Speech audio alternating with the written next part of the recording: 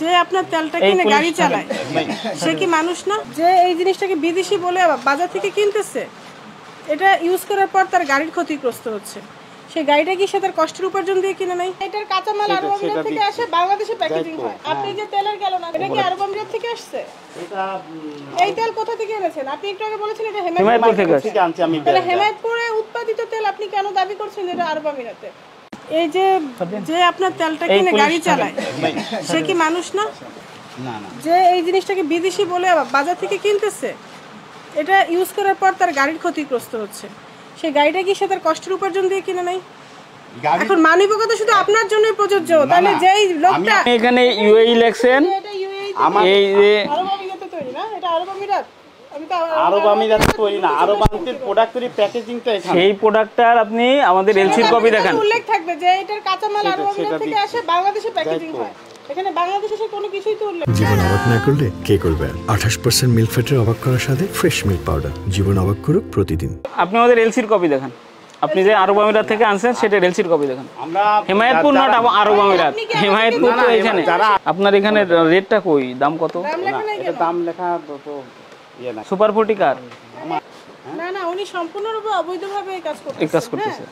আপনি তো imported product হলে বিএসটিআই তার ইম্পোর্টারের লিস্ট আনবে, তাই না? ইম্পোর্টেড আমদানিকারকে ছাড়পত্র চাইবে। আর উনি হচ্ছে বাংলাদেশ উৎপাদন করে এটা বিদেশি নাম দিয়ে বাজারজাত করতেছেন, এটা সম্পূর্ণরূপে প্রতারণা।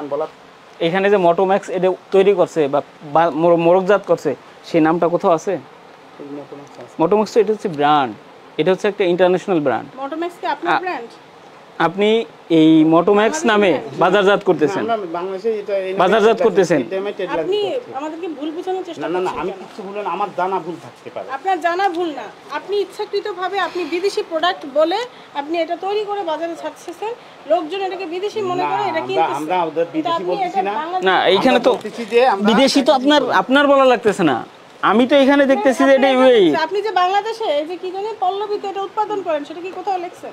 যে আপনি পল্লবী থেকে আনছেন, পল্লবীতে বসে বসে যে এটা প্যাকেট করতেছেন, সেটা কি আপনার মনে কি কোথাও লেখা আছে? আপনি তো এখানে লিখে দিয়েছেন যে মেড ইন ইউএই।